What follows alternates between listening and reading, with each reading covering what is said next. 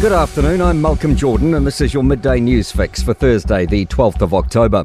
Vero Insurance has been ordered to pay a $3.9 million penalty for failing to apply multi-policy discounts to customers.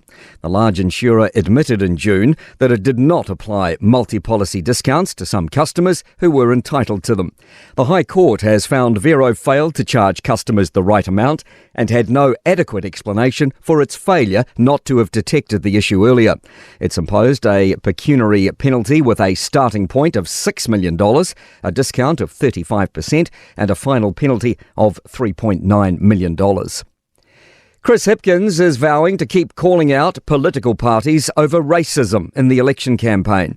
He says he won't be staying silent, claiming there's political parties deliberately trying to drive a wedge between New Zealanders on the basis of race. Hipkins adds it's not something leaders with integrity should shy away from, and he has David Seymour firmly in his sights. Look at the radical nature of what David Seymour is proposing. He effectively wants to erase Māori from legislation. He wants to pretend that the treaty never happened. I think that's a massive leap backwards for New Zealand. Meanwhile, current polling suggests National and ACT will need New Zealand first to form a government, but ACT leader David Seymour says it's still early to say whether that will be the case. Seymour says he'll work with Peters if he has to, but the election is far from over. I think we've got to pay a bit more respect to the 2 million people who haven't voted yet and ask, who do you trust? What would you like to happen? Nationals leader is reaffirming his plans to deliver change on our roads after getting stuck in traffic. Chris Luxon had to do the first part of his in-studio interview with Newstalk ZB's Kerry Woodham over the phone this morning after being delayed on Auckland's roads.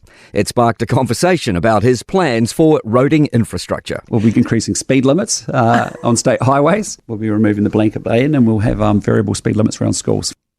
Police have launched a homicide investigation into a 24-year-old man's death in Ruakaka, just south of Whangarei. The man was found lying dead on Peter Snell Road at around 4 a.m. this morning. 5 police officers have received bravery awards for their action saving lives during Cyclone Gabrielle. Constables Patrick Nwazo, Mark Bancroft and Curtis Maney all nearly drowned working to get people into trees and hold them there until help arrived. Detective Sergeant Heath Jones and Detective Constable Jamie Stewart rescued a local detective, her young child and baby, who were trapped on their shed roof with quickly rising water. They then rescued an elderly couple trying to walk in fast-flowing water, swimming them to safety. Police Association President Chris Cahill says the award recognises the highest ideals of policing. The headache at the checkout continues for Kiwis as food prices increase year on year. The latest data from Stats NZ shows food prices are 8% higher for the year to September, driven by a more than 10% increase on groceries. And there are signs of life in the property market as we head into the warmer months. The Real Estate Institute of New Zealand September report shows sales counts across New Zealand were 5% higher compared to this time last year. To sport, calls from New Zealand football CEO Andrew Pragnell for an A-League team to be formed in the South Island as an Auckland expansion franchise becomes closer to reality for the competition. And All Blacks halfback Cam Roigard has signed a deal with the Hurricanes and New Zealand Rugby through until 2027.